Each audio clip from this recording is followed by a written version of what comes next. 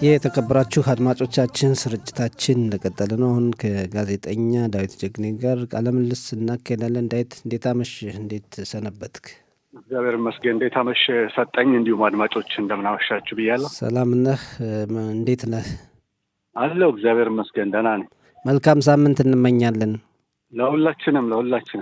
ጥሩ ዳዊት፣ አንተ እንድታየው የምንፈልገው ርዕሰ ጉዳይ የምስራቅ አፍሪካን ጉዳይ ነው እና መጀመሪያ እስኪ የኢትዮጵያ ወቅታዊ ሁኔታ፣ ፖለቲካውና የውስጥ ችግሩ ምን ይመስላል? መረጋጋት አለ ወይ? እንደሚባለው እንግዲህ በመንግስት አንዳንድ ነገሮች ይነገራሉ፣ በተቃዋሚዎችም እንደዚህ ያለው የሀገሪቱ ፖለቲካዊ ሁኔታ የውስጥ ጉዳዩዋ ምን ይመስላል በአሁኑ ወቅት? መልካም እንግዲህ የኢትዮጵያ የፖለቲካ ጉዳይ እንግዲህ የታወቀ ነው። ማህበራዊ መገናኛ ዘዴዎች ብዙ ይነገራል። ያለው ሁኔታ እንግዲህ ያው ውስጥ ግጭት አለ። የውስጥ ግጭቱ እስካሁን መፍትሄ አልተገኘለትም። ወደ ክፍለ ሀገር የሚጓዙ አውቶቡሶችም መንገድ ላይ እየታገዱ ችግር እየተፈጠረ ነው። በተለይ ሰሞኑን ወደ ደሴ መስመር አውቶቡሶች ታግተው በብዙ የሚቆጠሩ አውቶቡሶች መንገድ ላይ ቆመው ይታዩ ነበር። በሌሎች አካባቢም እንደዚሁ ስጋት አለ። በደሴ በኩል ያለው ግን አሁን እስከ ዛሬ ድረስ እንደዚህ አይነት የመንገድ መታገት ታይቶ አይታወቅም ነበረ። ይሄ የመጀመሪያ ሳይሆን አይቀርም እና በአጠቃላይ በኢትዮጵያ ያለው የፖለቲካ ግጭትና የሰዎች መታገድ፣ የትራንስፖርት መታገድ አሁንም እንደቀጠለ ነው። ምንም አይነት መፍትሄ የለም። ተቃዋሚዎችም ያው ከመንግስት ጋር ያላቸው ግብ እንዳለ ሆኖ ውስጡን ያው ሰዎችም ይያዛሉ። እንዲሁም ቱሪስቶች በድፍረት ወደ ክፍለ ሀገር ሲሄዱ ተይዘው የታገቱም አሉ እና ሁኔታው የተወሰበሰበ ነው። ውስብስብ ነው። በአንድ በኩል መንግስት ልማት እንዳለ እንደውም ዛሬም እንኳን በመገናኛ አውታሮች ያየ ነው። በኢትዮጵያ ሌላ አየር መንገድ፣ ሌላ አውሮፕላን ማረፊያ በጣም ዘመናዊ ደብረ ዘይት አካባቢ እንደሚሰራ ነው። በአንድ በኩል የሀገሪቱ መንግስት ጥሩ ነገር እንደሚሰራ ይናገራል። በሌላ በኩል ዜጎች ደግሞ የኑሮ ውድነት አለ፣ ችግር አለ ይላሉ። ግን ከምንም በላይ ደግሞ የውስጥ ችግሩን በጣም አማራው ያሉና ሰዎች በተለይ ኢትዮጵያ ደግሞ አብዛኛው ህዝብ የራሱ የትራንስፖርት ዘርፍ የሌለው ነው እና ከክፍለ ሀገር በትራንስፖርት መመላለስ እንደማይችል ችግር እንደሆነ የአውሮፕላን ትራንስፖርትን የበለጠ ተመራጭ እንደሚያደርገው እንሰማለን። እና ለምንድን ነው የሀገሪቱ መንግስት በአጠቃላይ በአራቱም አቅጣጫ ያሉ ችግሮችን ቁጭ ብሎ በመወያየት ፈትቶ ወደ ሌሎች አጀንዳዎች ሊሄድ ያልቻለበት ምክንያት? እንግዲህ የኢትዮጵያ መንግስት በጠቅላይ ሚኒስትርነት ቁንጮውን የያዙት ዶክተር አብይ አህመድ በመገናኛ ዘዴዎች እንደሚናገሩት ያው ከተለያዩ ህብረተሰቦች ጋር ግንኙነት ያደርጋሉ። ችግሮችን ንፍታ፣ ግጭት ይቅር፣ ጸብ ለማንም አይጠቅምም፣ ሀገሪቱን እናሳድግ ነው የሚሉት። ግን የሚሞክሩት ሙከራ ሁላ የተሳካ አይመስለኝም። ከበስተጀርባ የሚሰሩ ሌላ አንዳንድ ነገሮች ሊኖሩ ይችላሉ። መንግስትም ከአቅሙ በላይ ሲሆን እርምጃም እየወሰደ ነው እና በስምምነት ለመፍታት ነገሮችን ለማርገብ ተባብሮ ለመስራት ብዙ ጊዜ በፓርላማ የየክልሉ ተወካዮችን እንዲሁም ቀሳውስቶችን በመሰብሰብ ፓርላማ ውስጥ ሲያነጋግሩ ለማየት በቅተናል።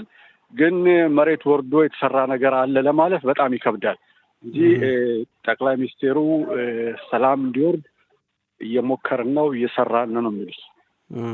አሁን በትክክል የሚታዩ በትግራይ፣ በአማራ፣ በኦሮሚያም አንዳንድ አካባቢዎች ማለት መፈታት ያለባቸው ችግሮች እንዳሉ ያው ይነገራል። በሌላ በኩል ደግሞ ችግሮች በዚህ ሁኔታ መቀጠላቸው የሚያሳዝን ነው። ቢፈታ ጥሩ ነበር እንግዲህ ከምንሰማውና አንዳንድ እንግዲህ የሚቀርቡ መረጃዎች ነው የምልህ። ከዚህ አንጻር ሆነን አሁን እንግዲህ ምስራቅ አፍሪካ ውጥረት የተሞላበት ነው እንደምናውቀው። በፊትም ቢሆን ይህ እንዳለው ነው የሀገሪቱ በዛም በዚህም ያለው ችግር እንዳለው ነው። የኢትዮጵያ መሪዎች አሁን ስለ ወደብ ነው የሚያነሱ። እንዲያውም የአሰብ ወደብን የሚሉበት ሁኔታ አለና ይሄ ጉዳይ እንዴት ነው የሚመጣው? ወደብ ዝም ብሎ በመመኘት ብቻ ነው ወይስ ሌላ ዲፕሎማሲያዊ መንገድ አለው ወይስ የጦርነት መንገድ አለው? ግልጽ ያለ ነገር የለውም። ጥሩ ጥያቄ ነው ሰጠኝ። ኢትዮጵያ እንደሚታወቀው በምስራቅ አፍሪካ የምትገኝ ሀገር እንደመሆኗ መጠን የአፍሪካ አንድነት ድርጅት ተቋም ያለባት አዲስ አበባ ከተማ ናት። ይህ በእንደዚህ እንዳለ ሆኖ ብዙዎች ችግሮች ሲመጡ በኢትዮጵያን ሳይዳብሱ ወይም ደግሞ ሳይታከኩ የሚያልፉ ችግሮች የሉም። አሁን የወደብ ጉዳዩን በተመለከተ እንደሚታወቀው ከኢሳያስ አፈወርቂ የኤርትራው ፕሬዚዳንት ጋር የሚደረገው ውይይት እምብዛም ፍሬ አላሳየም። በዛ ላይ ደግሞ የኢትዮጵያ ጠላቶችም ወዳጆችን የሚሉት እንደነ ግብጽ ያሉ ሀገሮች ውስጡን የሚሰሩት መሰሪም ስላለ ለዚህም እንቅፋት ይሆናል። ኢትዮጵያ በምርጫ ይዛው የነበረው የጅቡቲን ወደብ ባለፈው እንደገለጽኩል ወደ $2 ቢሊዮን በአመት ግብር እየከፈለች በወደቡ ስትጠቀም ነበር። ሶማሌላንድ መገንጠል ካሰበችና ሉዓላዊነቴን ማስከበር አለብኝ፣ ነጻነቴን እፈልጋለሁ ብላ ካወጀች በኋላ ኢትዮጵያ የመጀመሪያዋ አገር ሁና ድምፅ ሰጥታለች። ሶማሌላንድ ነጻነቷን ማግኘት ትችላለች ብላ ውስጥ ለውስጥ ከመንግስት ጋር ተፈራርመው የሶማሌላንድ ወደብ በርበራ ላይ ያለውን ወደብ እሱንም ኢትዮጵያ እንድትጠቀምበት ውል ተፈራርመው ነበር። ነገር ግን የአፍሪካ አንድነት ድርጅት ይህን ነገር ባለመውደዱ ኢትዮጵያን ከእንደዚህ አይነት ነገር ወጣ በይ ተይ በማለት ጫና እየፈጠረባት ይገኛል። እንዲሁም እና አሜሪካም ጭምር ሶማሌላንድን የነጻነቷን ጉዳይ ትራምፕ ቢቀበሉትም ይሄን ያህል በእርግጠኝነት ነጻነቷን ታውጅ ብሎ በይፋ ያወጁ የውጭ ሀገራት የሉም። ከነሱ ውጪም እስራኤል ናት የመጀመሪያዋ ሶማሌላንድን ነጻነቷን ታገኝ እኔ ድምፅ ሰጣለሁ ብለው የእስራኤል ጠቅላይ ሚኒስትር ቢንያሚን ኔታንያሁ በይፋ ያወጁት። በዚህም ምክንያት ብዙ አረብ ሀገሮች እንደነ ግብጽ ምዕራባውያኑ ተቃውመዋል እንጂ የመጀመሪያ ድምፅ ሰጥታ ኢትዮጵያ ውስጥ ለውስጥ ከ2 ዓመት በፊት ኢትዮጵያ እንደምትሰጥ ውል እንደተፈራረሙ እዛ በኋላ በቱርክ አሸማጋይነት ራሱ ሶማሌ ለማቅረብ ወደብ ሁሉ የተስማማችበት ተብሎ ተዳፍኖ ቀረ። አሁን እስራኤል እውቅና መስጠቷ ለኢትዮጵያ ጥሩ አጋጣሚ ነው ማለት ይቻላል። መልካም እንግዲህ አሁን እስራኤል ሶማሌላንድ ነጻነቷ እንድታገኝና ሉዓላዊ ሀገር እንድትሆን ፍቃድ መስጠቷ ለኢትዮጵያ ጥሩ አጋጣሚ ነው። የመጀመሪያዋ እንደመሆኗ መጠን ኢትዮጵያ እስራኤል ስትተከል ጥሩ አጋጣሚ ይሆናል። በሌላ በኩል ስንሰማ ቱርክ፣ ግብጽ እንዲሁም የኤሚሬት ሀገሮች ይህን የሶማሌላንድ መገንጠልን አልፈለጉም። ምን እንደሆነ ምክንያቱ በጭብጥ ባይታወቅም 99% የሶማሌላንድ ሕዝብ እስልምና እምነት ተከታይ ነው። ከእስራኤል ጋርም የቆየ ግንኙነት አላቸው ነው የሚባለው እና ይህንን በተመለከተ እስራኤልም የራሷ ጥቅም ስላላት ነው ለሶማሌላንድ ድምፅ ሰጥታ አገር ትሁን ያለችው። ምክንያቱም በሶማሌላንድ በርበራ ድንበርና ኤደን ባህር ዳርቻ በቀይ ባህር ብዙ መርከቦች በዛ የንግድ መርከቦች ይንቀሳቀሳሉ። የጦር መሳሪያ ንግድ ይደረጋል። ያንንም ለመቆጣጠርና ስትራቴጂ ቦታ ለመያዝ ስትል እንዲሁም ሁቲዎችን ሌላ ሽብር ፈጣሪዎችና መሳሪያ እንዳይሰራጭ ወደ እስራኤል በኢራን በኩል ተዘዋዋሪነት እንዳይገባ ያንንም ለመቆጣጠር በማሰብም ከሶማሌላንድ ጋር እስራኤል ጥብቅ ቁርኝት ለማድረግ በመወሰንም ነው ድምፅ የሰጠችው። አሁን እስራኤል ራሷ ስትራቴጂካዊ ጠቀሜታውን በገለጽከው መንገድ ያስገኝላታል። የተቃወሙ ሀገራት ከግል ጥቅማቸውም እስራኤልን ከመጥላት የአካባቢው ሁኔታ እስራኤል ትቆጣጠራለች ከሚል ስጋትም ይሆናል። ግን ኢትዮጵያ በዚህ ጥሩ አጋጣሚ ሊሆንላት ይችላል ወይ? አሁን በኢትዮጵያ የምንሰማው ወደብ ልጆች እንኳን ስለ ወደብ እንዲያወሩ የሚነገርበት ሁኔታ በኃይል ከሆነ አንድን ሀገር ወደብ ክንወስድብሃለሁ ተብሎ ነው ወደብ እንዲገኝ የሚደረገው ወይም ሰላማዊ መንገድን መርጦ በዓለም አቀፍ ሕግ መሰረት ወደብ ያስፈልገኛል ብሎ መከራከርና አይበልጥም ነበረ። አንዳንድ ጊዜ እንደውም ጦሩ ሁሉ ካርታ የተቀበለበትን አጋጣሚ ተመልክተናልና ይህ አካሄድ ለኢትዮጵያ ምን ያክል አዋጭ ነው? መልካም፣ ለኢትዮጵያ የሚያዋጣት ነገር ቢኖር የቀይ ባህር ዳርቻን ከኤርትራ ጋር በስምምነት በመወሰን ብትቀበል ነው የበለጠ የሚረዳት። ያ ካልሆነ ግን የሶማሌላንድ ባህር ዳርቻን ለመጠቀም ግዴታ ሊሆንባት ነው፣ ሌላ አማራጭም ስለሌለ። ምክንያቱም በጅቡቲ ያለው የባህር ዳርቻና ወደቡ በዚህ ውስጥ እንዳለ ሆኖ ኢትዮጵያ ተጨማሪ የባህር በር ያስፈልጋታል። አንደኛ የባህር ኃይሏን ለማጠናከርና ስትራቴጂ ቦታዎችን ለመቆጣጠርም ትፈልጋለች ኢትዮጵያ በጅቡቲ በኩል አድርጋ። አሁን ደግሞ የሶማሌላንድ ድንበር ለንግድና እንዲሁም ለሌላ እንቅስቃሴ ስለሚጠቅማት የቀይ ባህሩ ጉዳይ በሰላም የማይፈታ ከሆነም ወደ ጦርነትም ሊገቡ እንደሚችሉ ነው የሚታወቀው። ኢትዮጵያና ኤርትራ ብቻ ሁሉም በውጥረት ላይ ነው። ግን የእስራኤል ድምፅ መስጠትና ሶማሌላንድ ሉዓላዊ ሀገር መሆን አለባት ብላ ማወጇ ለኢትዮጵያ ጥሩ መንደርደሪያ ነው ይሆናል።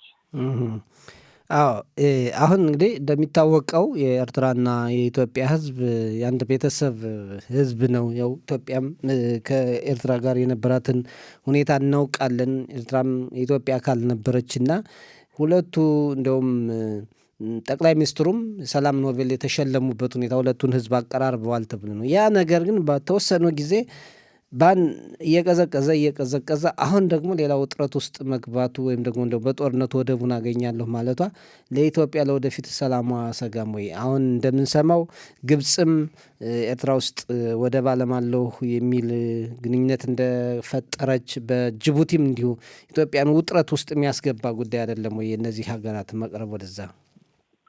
እውነት ነው። እነዚህ ሀገራት በኢትዮጵያ ላይ ውጥረት ይፈጥራሉ፣ ሰላምም የሚነሱ ናቸው። ግን እንዴት ነው የሚጮህ ውሻ አይናከስም እንደሚባለው ግብፅም ሁልጊዜ ትዝታለች፣ እንዲሁም ኤርትራም እንደዚሁ፣ ሌሎች ሀገሮችም እነ ሱዳንም ጭምር ለኢትዮጵያ ጥሩ አመለካከት የላቸውም።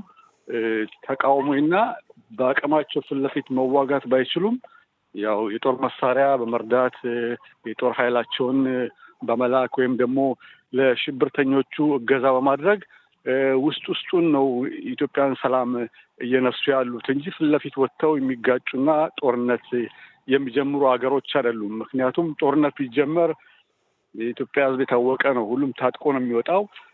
ለሀገር ድንበር ሲባል የሚዋደቅላት ቁጥር ስፍር የለውም። ስለዚህ ውጥረቱ አሁንም ቢሆን በጎረቤት ሀገሮች ያለው ጫና ለኢትዮጵያ ጥሩ አይደለም። ግን ቅድም እንዳልኩ የሚጮህ ውሻ አይናከስም እንዳልኩ ያው ኋይታው እንደቀጠለ ነው። ኋይታው እንደቀጠለ ነው። ግን በተለይ ግን ሁለቱ ሀገራት ኢትዮጵያና ኤርትራ በስምምነት የሚያደርጉ ነገሮችን ሁለቱም ሀገራት ተጠቃሚ የሆኑ ነበርና እንደው እንደ ታሪካዊ ጠላት እንደዚህ የሚፈላለጉበት ሁኔታ በጣም ያሳዝናል። ሰላም ወረደ ተብሎ ሲታሰብ ነበረና ነገሮች እንደዚህ መሆናቸው እንደው ወደፊት ምስራቅ አፍሪካ አሁን እስራኤል ለሶማሌላንድ ከሰጠችው እውቅና አንጻር ምን ይዘት ሊኖረው ይችላል ዳዊት? አዎ ለወደፊት የምስራቅ አፍሪካ ሁኔታ እንግዲህ ውጥረቱ እንዳለ ሆኖ ጦርነት ይነሳል አይነሳም ለሚለው ትንሽ አዳጋች ነው። ምክንያቱም እንደዚህ የተጨበጠ ነገር የለም። ግን ግጭቶች በዙሪያው ይኖራሉ። ኢትዮጵያም ያው ድንበሯን ጠብቃ ጠላቶቿን ለማስወገድ ትታገላለች። በፖለቲካውም አንጻር ስታየው የዩናይትድ ስቴትስ ፕሬዚዳንት ዶናልድ ትራምፕም የምስራቅ አፍሪካ ቀጠና ጉዳይም እያስጨነቃቸው ጣልቃ ለመግባትም እያሰቡ ነው። እንደውም እዚህ በእስራኤልና በጋዛ ውስጥ ያለው የፍልስጤምና የእስራኤልን ግጭት በተመለከተ ባለፈው እንደውም የተባበሩት መንግስታት ድርጅት የኢትዮጵያ ወታደሮቿን ወደ ጋዛ እንድትልክና ጋዛ ሰርጥን ሰላም ለማስፈንና ሌላ ድርጅት ተቋቁሞ አገሪቱን እንዲያስተዳድር የሚል ጭምጭምታና ሀሳቦች ሲናፈሱ ነበር ውስጡን እና የአፍሪካ ቀንድ ግጭት ወደ መካከለኛው ምስራቅም የሚጎትት ጉዳይ አለው። ያው አሜሪካ ጣልቃ ገብታ ሁኔታውን ልታረግብ ትችላለች ብዬ አስባለሁ። እንግዲህ ውስብስብ ነው። ሁልጊዜም ይሄ ምስራቅ አፍሪካ ልክ እንደ መካከለኛው ምስራቅ ውጥረት ማጣው ነው። ወደፊት ጥሩ ነገር ይመጣል ብለን እናስባለን። እንደው በዚህ በያዝነው አመት እንደው የኢትዮጵያ ጉዳይ ሁኔታው ሊረጋጋ ይችላል፣ የፖለቲካው ሁኔታ ይሻሻላል ብለህ ታስባለህ? አሁን በፊት ሲታዩ የነበሩ ችግሮች ይቀጥላሉ ብለህ ነው የምታስብ? እንደው ለማጠቃለያ መልካም እንግዲህ የኢትዮጵያ የፖለቲካ ጉዳይ እንደው በአጭር ጊዜ ውስጥ እንደዚህ ይስተካከላል፣ ይረጋጋል ማለት አይቻልም። በጣም አስቸጋሪ ነው። በጣም ውስብስብ ነው። አሁን ያለው መንግስትም ቢሆን ከበታች ያሉት አብረውት ከብልጽግና ፓርቲ ጋር የሚሰሩ ምናልባትም ለጠቅላይ ሚኒስትር አብይ አህመድ እንቅፋትም ሊሆኑ ይችላሉ። ፓርቲያቸውን ላለመቃወም ሲሉ ብዙ ነገሮችን ከማድረግ እየተገቱም ሊሆን ይችላል እንጂ እንደው በያዝነው 2026 ዓመተ ምህረት የኢትዮጵያ የፖለቲካ ችግርና ግጭት አቁሞ ሰላም ይሰፍናል ማለት ዘበት ነው። በጣም አስቸጋሪ ነው። ረዥም ጊዜ የሚወስድ ጉዳይ ነው። እንግዲህ የሚሆነው እናያለን። ጋዜጠኛ ዳዊት ጀግኔ በጣም ነው የምናመሰግን። መልካም ሳምንት እንመኝላለን። እግዚአብሔር ይስጥልኝ። እኔም አመሰግናለሁ። መልካም ሳምንት ለሁላችን ቸር ያሰማን። አሜን። ቻው ቻው።